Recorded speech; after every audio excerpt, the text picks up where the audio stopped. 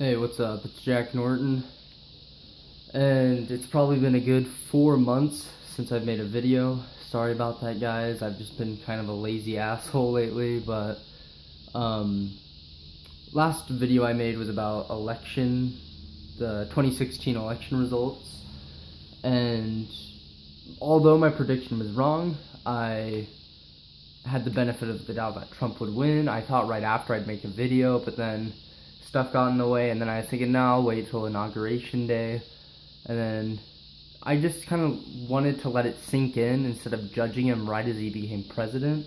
I kind of thought to myself, give him a couple months till you make a video regarding Trump and politics again, so you can actually see what he does for the first, 70 to 100 days. I'm kind of doing a cheap Leafy is here format. I'm just playing fucking Xbox because I have nobody to record me, so I'm just being really, really lazy, and I'm gonna be like Leafy is here or Review Tech USA and just play some goddamn games like a fat ass. But with that being said, I had to talk on this today. Let me turn down the volume on the TV. I might have to turn the light on because there's glare on the window, but yeah, I'll probably have to turn on the light.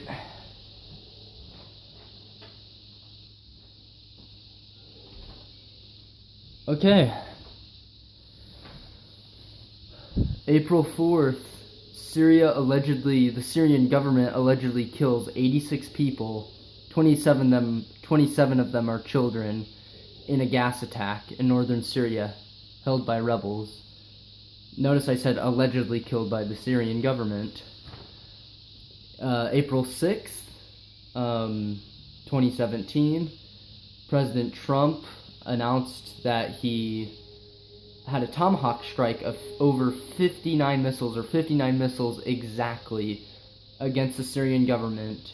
I believe where it was attacked was al-Shirat, Syria, northern Syria, probably northeast of Damascus.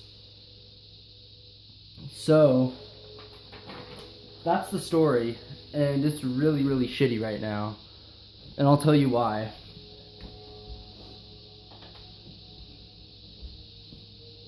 The reason why this is so shitty is that this is the same exact thing as Iraq. We are definitely being lied to. If you notice what was said back in 2003, when we invaded Baghdad to stop Saddam Hussein, we were told that he did all these heinous things, which, yeah, a lot of them are actually true.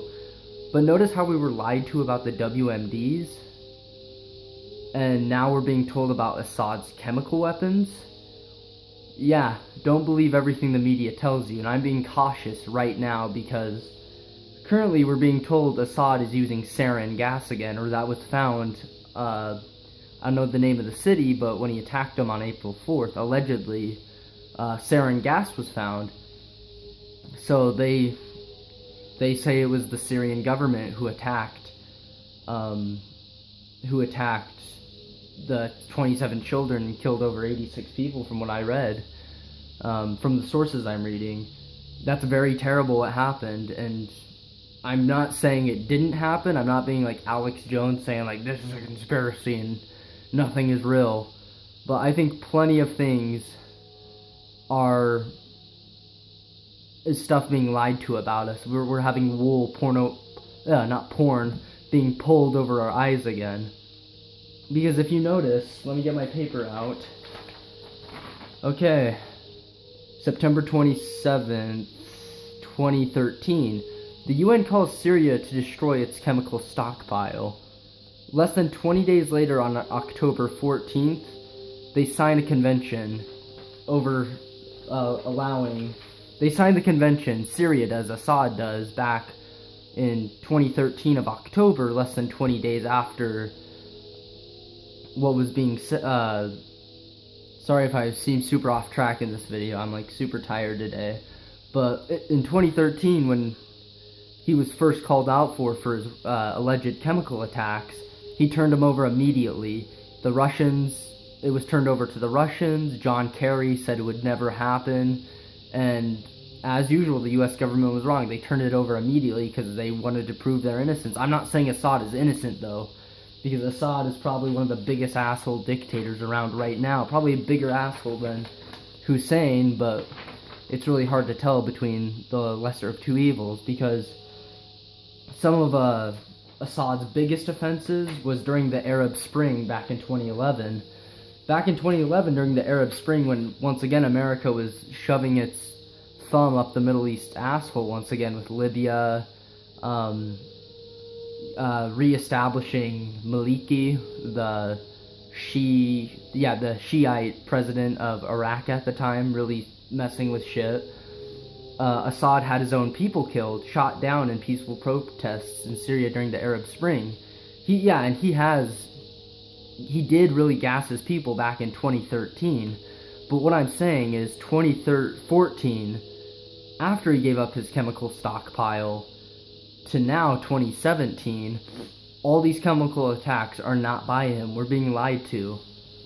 And I know I sound like a crazy conspiracy theorist, but I'm sure the people who had the same exact stance as me back in 2003 saying, well, we're being lied to, there are no WMDs in Iraq. It's like, well, we invaded them, so it must be true. President Bush said on national TV that Iraq has WMDs, so it must be true. It's funny how at the time we choose to believe all this stuff, and then when we figure out that we were really lied to and made fools of ourselves, then we'll act like it never ever happened. And I guess that's how it's always been. Other things I'd like to talk on is, I really was like writing out these notes because I was about to go to bed last night. I see the news and I just freaking shit my pants, because at first I'm like, holy shit, like, is this like World War III? And then I did more research. I read the news today, like Russia was made aware of it, but still, that's not good. We attacked a Russian ally, even though it's not going to start World War III. I'll get into that later. So let's see. So basically my main stance in this video is, no, Assad currently doesn't have chemical weapons. He did not attack people on April 4th. And I'm probably going to be the only one that says that, because history shows we're being lied to. So I'll get into the World War III analogy. Remember back in December 19th, when the Russian ambassador was killed, back in 2016? Shit really hit the fan. Everyone was freaking out, thinking, oh no, this is like kind of the Archduke Ferdinand back in World War I. Like, is this going to start World War III because killing a foreign ambassador or a foreign leader, like in 1914 when was it the Serbians?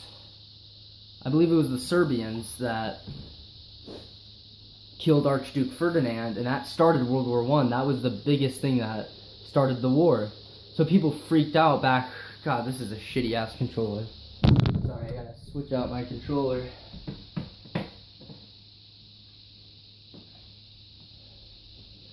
So, that started World War I. People were freaking out that this could be like World War III with a Turkish, possibly backed by the Americans because of NATO. People were freaking out thinking, yeah, World War III's on the brink now. But even at the time, I wasn't super afraid,